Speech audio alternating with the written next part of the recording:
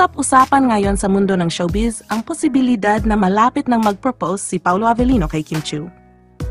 Marami ang nagsasabing tila handa na raw si Paolo sa mas seryosong yugto ng kanyang buhay pag-ibig.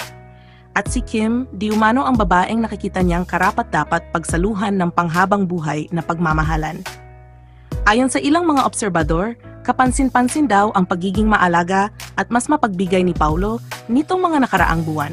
May mga netizens pang nagkomento na tila hindi lang simpleng pag-aalaga ang ipinapakita niya, kundi parang may mas malalim na plano itong binubuo para kay Kim.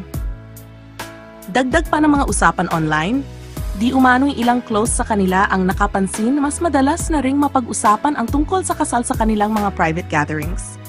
Bagamat walang direktang kumpirmasyon, maraming fans ang nag-iisip na baka nga may espesyal na sorpresa na inihanda si Paolo. Kung sakaling totoo nga ang mga espekulasyon, marami ang naniniwala na isa itong magiging pinaka-nakakakilig na moment sa showbiz.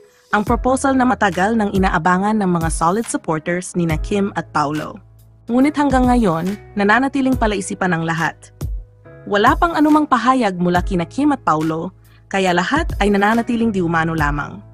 Pero kahit walang kasiguraduhan, sapat na para sa mga fans ang excitement at kilig na dala ng posibilidad na ito. Para sa kanila, ang mahalaga ay makita kung paano patuloy na nagbibigay inspirasyon at saya sina Kim Chiu at Paolo Avellino sa isa't isa at sa lahat ng kanilang tagahanga.